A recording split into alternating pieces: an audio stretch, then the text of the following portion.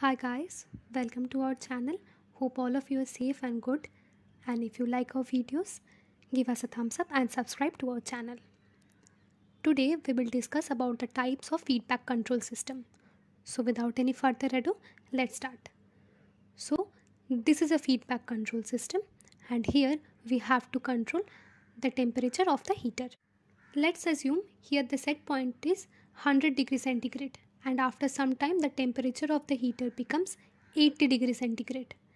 Now we feedback this output signal into the input side and subtract the feedback signal from the set point. So here the error is 100 minus 80, that is 20 degrees centigrade. So the input to the controller is also 20 degrees centigrade. Now the controller will take the significant decision and will force the heater to increase its temperature by 20 degrees centigrade. So the temperature of the heater will be 100 degrees centigrade.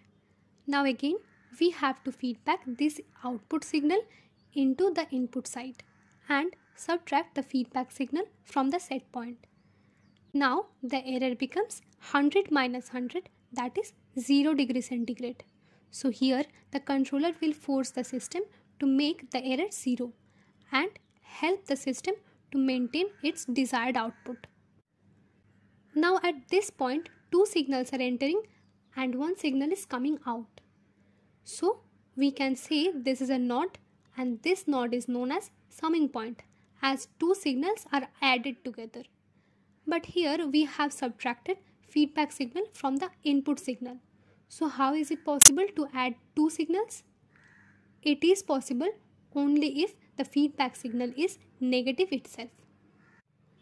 Now the question is, how do we get the feedback signal as a negative signal? Let's see.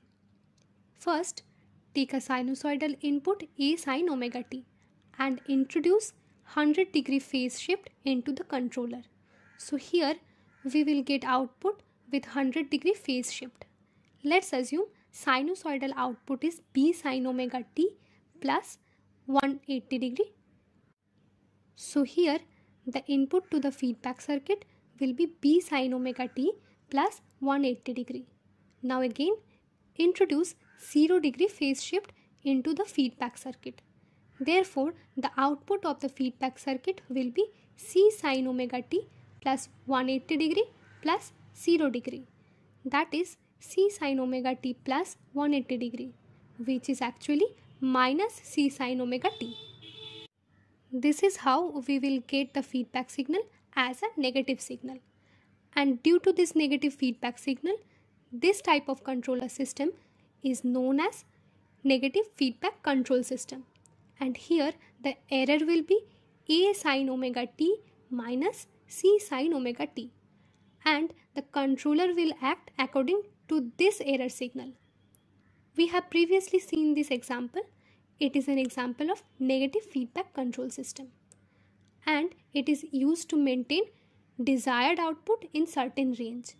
Now in feedback circuit, instead of 0 degree, introduce 180 degree phase shift.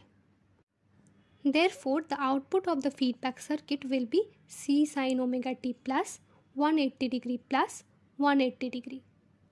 That is C sin omega t plus 360 degree. So, it becomes actually C sin omega t itself. Here, the feedback signal is positive and due to this positive feedback signal, this type of control system is known as positive feedback control system. And the error will be A sin omega t plus C sin omega t and it will be the input to the controller. When the error will increase, the input to the controller will be increased, and when the input to the controller increases, the controller will force the system to generate more output. So in positive feedback, the output will increase continuously and it will lead the system to self-oscillation. Gradually, it will make the system unstable and we cannot maintain our desired output. And that's why we can't use positive feedback signal. Positive feedback is used in oscillator and timing circuit. As in positive feedback, output increases. That is the regenerate output. And that's why It is also known as regenerative feedback. And in negative feedback, output decreases. That is the degenerate output. And that's why it is also known as degenerative feedback. So this is it for today, and we will learn a new topic in our upcoming class. Thank you for watching.